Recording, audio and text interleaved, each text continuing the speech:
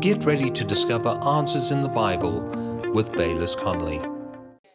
1 John chapter 3, verse 17.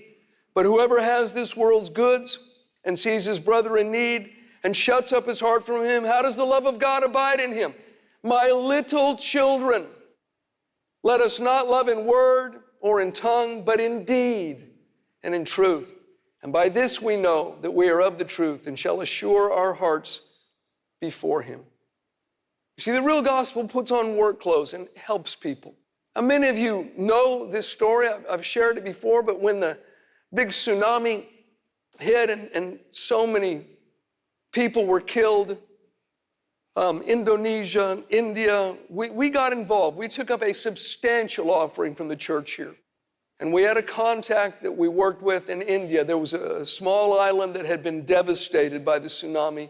Many, many people killed. Their entire fleet of fishing boats, which was their only means of sustenance, was completely destroyed. They had no fresh water. There was nothing there. And no one was allowed on the island because there was a military installation there. No outsiders, no outside group could come in, and help. But our friend had access in there. So we took this large offering and he took it in, a bit at a time. And there was one church on the island. It was a pastor that had been severely persecuted, ridiculed and hated, had a tiny little church. There were several other major world religions that existed on the island. And they just treated him with contempt. But now, the only place to get fresh water, you got to come to this little church. We supplied all the fresh water for the island. We supplied all the blankets, all of the clothing for all of the people that were there. And we rebuilt their entire fishing fleets. A bunch of them got saved.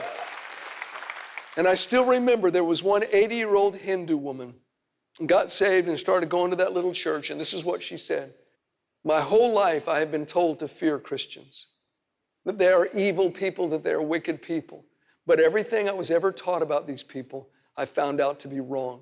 They are filled with compassion, they are filled with love, and they are the only ones that helped us in our hour of need.